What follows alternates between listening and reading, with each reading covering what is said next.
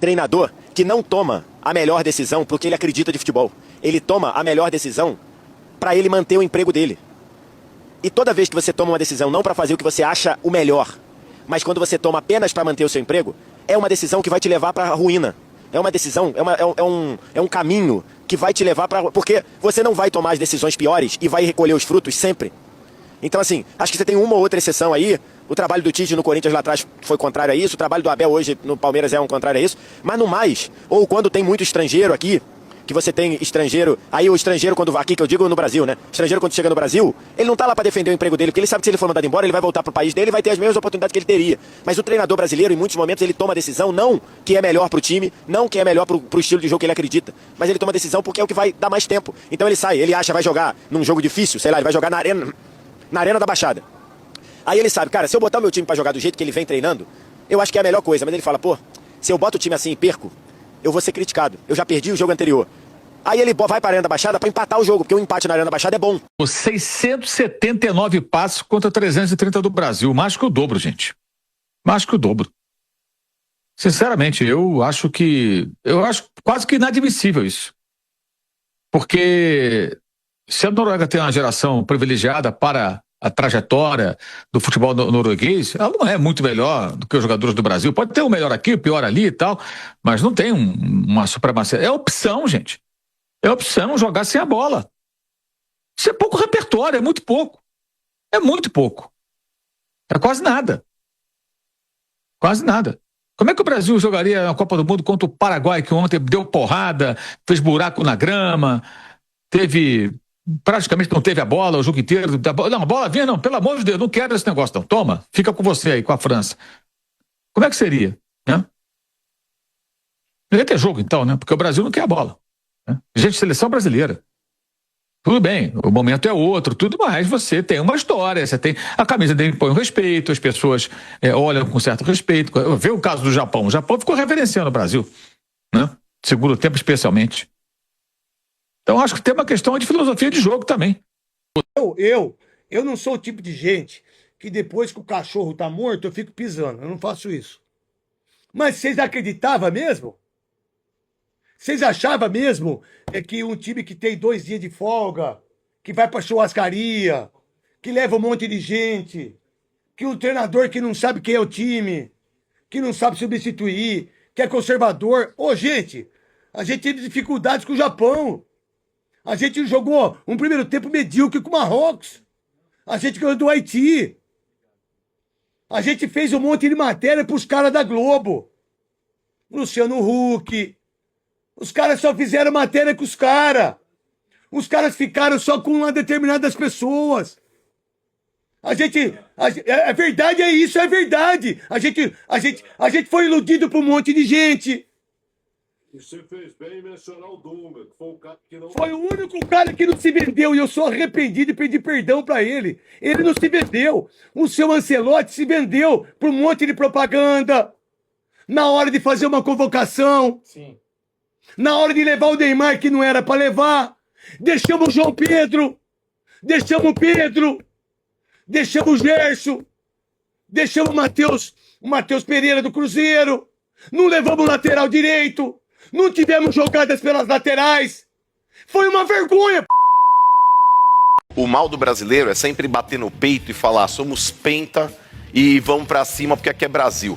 Gente, o Brasil mais uma vez foi eliminado, com todo respeito à seleção norueguesa, por uma seleção, cara, que não vai almejar nada dentro da Copa do Mundo. Pode chegar até nas quartas, pode chegar, quem sabe, até numa semifinal, mas eu acredito que não vai ganhar. E, novamente, já fomos eliminados para a Croácia, já fomos eliminados para a Bélgica.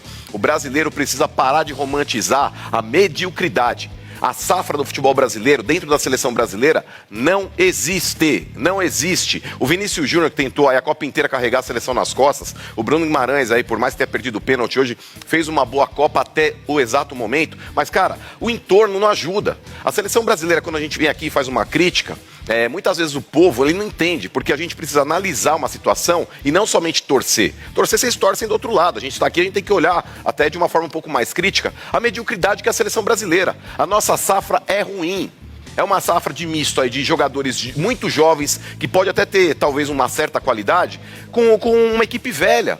A seleção brasileira, na parte defensiva, é uma equipe anciã, cara. Deixa demais a desejar. Infelizmente, essa mescla não deu certo. E mais uma vez, Carol e Neguerê, o peso da camisa da seleção brasileira acaba refletindo dentro de campo. Tem muito jogador que não tem psicológico para jogar com a camisa da seleção.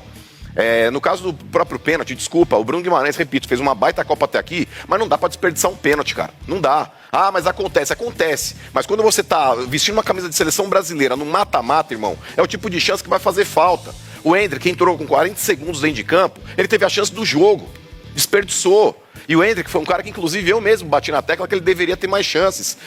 Quantos jogadores num planeta gostariam de ter a chance que o Endrick teve? Isso atrapalhou no domínio da bola.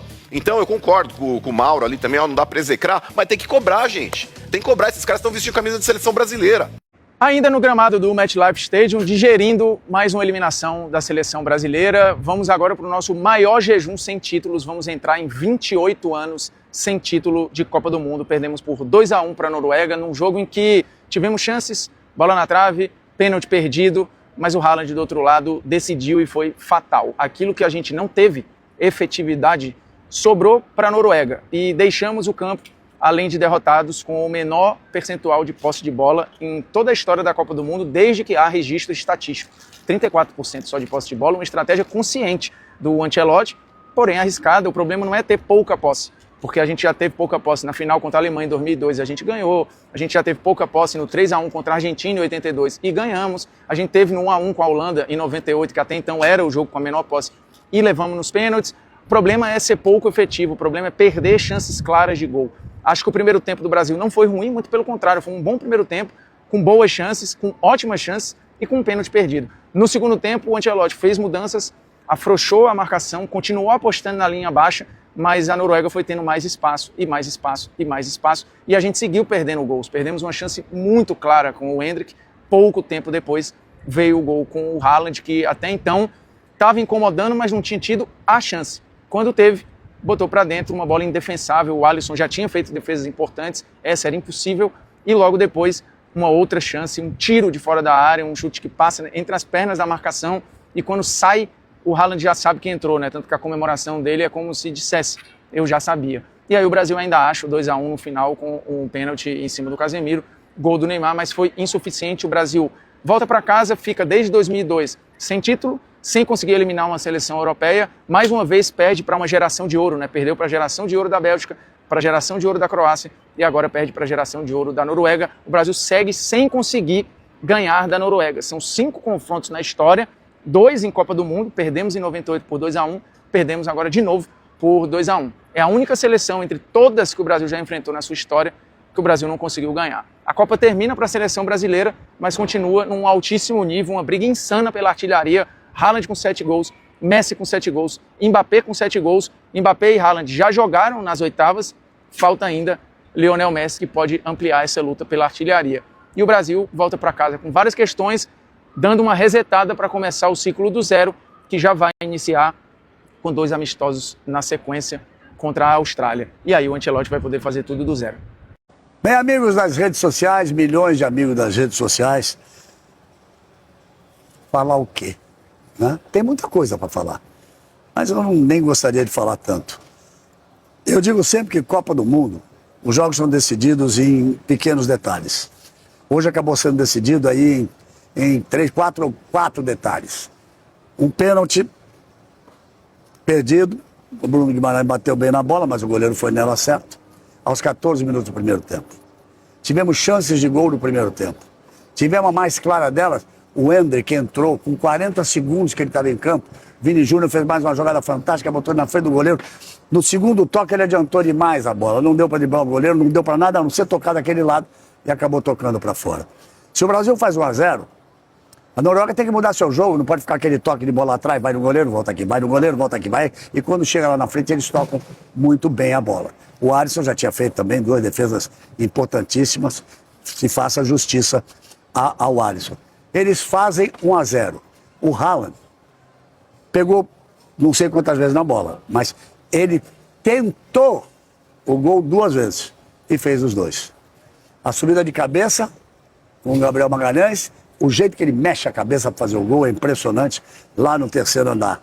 E depois a outra deixaram ele arrumar a bola, ele arrumou no pé direito, arrumou no pé esquerdo, deu uma pancada pro gol e fez o segundo gol. Mas quando estava 1-0, o Brasil teve 2 chances de gol. Uma impressionante, que é o detalhe que faz a diferença do jogo e que faz a desclassificação. Ia sendo um gol contra. O goleiro que foi o herói da Noruega, não foi o Haaland com os 2 gols, que isso ele faz sempre. O goleiro foi o herói, com as defesas que fez, pegar o pênalti e tudo isso. O cara disputou a bola, chutou para cima, ela ia cair dentro do gol. Eu tomei o fôlego para gritar o gol, o goleiro conseguiu, de onde estava, pular para trás, tocar com a ponta do dedo na bola e ela bater na trave. E depois o Casimiro, na única jogada realmente que se esperava com a entrada do Neymar, que Neymar e Vini Júnior fizessem pela esquerda, e o Casimiro podia ter tocado por baixo para alguém fazer, tentou o chute, pegou tão mal na bola, ele cruzou, mas com tanta força que não saiu nem pela linha de fundo, saiu pela linha de lado. Um desses 2 lances, mas principalmente o que o goleiro salvou e foi na trave, levava o jogo para a prorrogação. Mas não estava escrito que seria assim.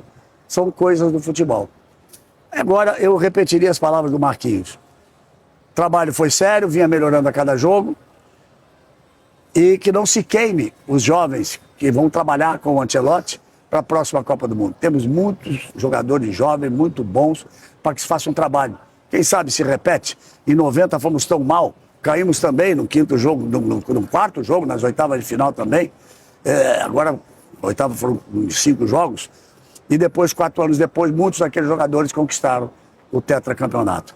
Ancelotti é um grande técnico. Eu sempre elogiei o trabalho dele e ele vinha fazendo um belíssimo trabalho, mas eu acho que ele falhou quando fez as últimas alterações. Quando ele botou o Endrick, veja que o Endrick quase fez um gol, outra arrancada, mas aí ele coloca o Neymar, na esperança que o Neymar fosse decidir o jogo junto com o Vini Júnior pela esquerda e joga o Endrick lá para a direita, ou seja, mata a jogada do Endrick. O Neymar não pode ser centroavante, jogar de costas, ser centroavante, disputar jogada com um zagueiro de 1,97 m, 1,98 m. Ele veio mais para a esquerda, ficou um buraco, ninguém por ali para aproveitar. O Brasil jogou errado, tomou o segundo gol. Então agora é voltar para casa. Eu quero agradecer também aqui nas redes sociais, foram tantos milhões, tivemos publicações de mais de 40 milhões, publicações de mais de 30 milhões de views. E meu último jogo de Brasil em Copa do Mundo, como eu disse, na próxima Copa, com 80 anos, não tem cabimento pensar em narrar. Posso fazer alguma outra coisa, comentar, apresentar um programa, mas então a frustração, o coração sai doendo, as lágrimas querem vir nos olhos, mas é o futebol. Futebol é assim. A Noruega segue e o Brasil volta para casa. Eu sempre falo nos meus comentários que não é você perder o jogo, porque o resultado, ninguém controla resultado, né? Mas você precisa vender caro, né? A gente acabou de ver nessa semana aqui a Argentina e Cabo Verde jogando. Olha o quanto a Argentina teve que se esforçar para vencer o jogo, porque Cabo Verde foi ali, insistente, tirou a Argentina da zona de conforto. O Brasil em nenhum momento conseguiu fazer isso. Eu imaginei que com a entrada ou as entradas nesse caso, né, de Danilo Santos, do Endrick, a gente conseguiria mudar essa rotação, mas o jogo continuou da mesma forma. Vamos entender na coletiva do Ancelotti qual foi a estratégia, né, não só do primeiro tempo, mas também a do segundo tempo, porque eu imaginei que no segundo tempo, principalmente, o Brasil voltaria com um pouco mais de ânimo, um pouco mais de uma rotação diferente, um pouco mais de intensidade, e a gente infelizmente não conseguiu ver isso, eu pelo menos não vi isso.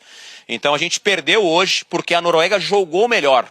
Foi porque a Noruega criou mais oportunidades, porque a Noruega, passou por cima, jogou com muita intensidade. Não, a Noruega fez um jogo extremamente confortável desde o início do jogo até o final. Resultado do jogo tá aí. O Haaland deve ter tido aí, 3 oportunidades, guardou 2 e o Brasil está fora da Copa do Mundo.